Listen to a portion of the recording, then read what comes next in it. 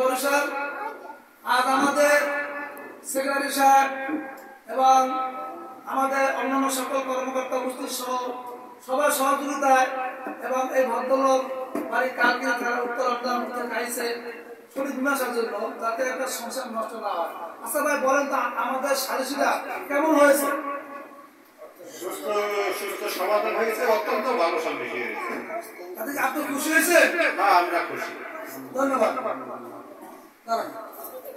আপনার নাম কি?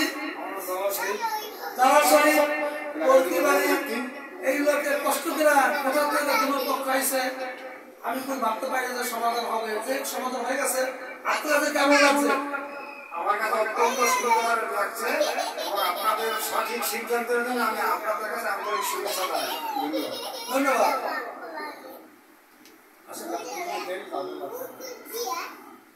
না থাকতেই পারলাম না কিছু না এবং বাদের বাবা সমাধান জন্য খুব চেষ্টা করছে, সমাধান হয়ে গেছে। এখন সে বলবে কেমন আসলে আমাদের সালিশিরা কেমন হয়েছে এবং সামনে কেমন হবে। দোয়া করবে যাতে ছেলে মেয়ে ভালো হয়, সেই দোয়া করবে। এবং আমাদের কেমন হয়েছে? আপনি খুশি হয়েছে? হ্যাঁ, এই মেয়েটা পরের বাড়ি যাবে, এখনো যাবে, আগ্রহ ছিল। সামান্য ভুল ত্রুটিতে একটা বিচ্ছিন্ন চেষ্টা হওয়ার সম্ভাবনা, কিন্তু আমরা দেই নাই যে দুইটা বাচ্চা আছে। এখন আমাদের কথা বললে দুটা দিন মোসাম্মদ তালিয়া আক্তার, আমাদের সালিশিরা কেমন হয়েছে এবং তুমি একটু বলো। মামা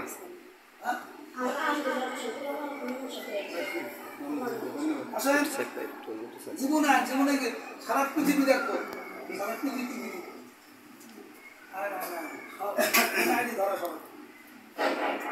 আসসালামু আলাইকুম।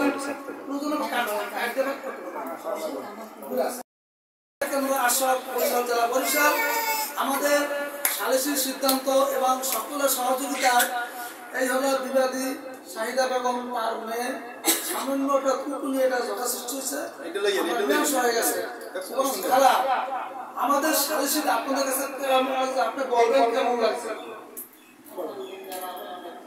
কেমন লাগছে? মনে করে কষ্ট আছে? আচ্ছা, মনে করে কষ্ট নাই। ধন্যবাদ। আর আসেন, আপনি আসেন, আসেন আসেন। আমি নাদির লই যান, আপনি নাতি লই যান।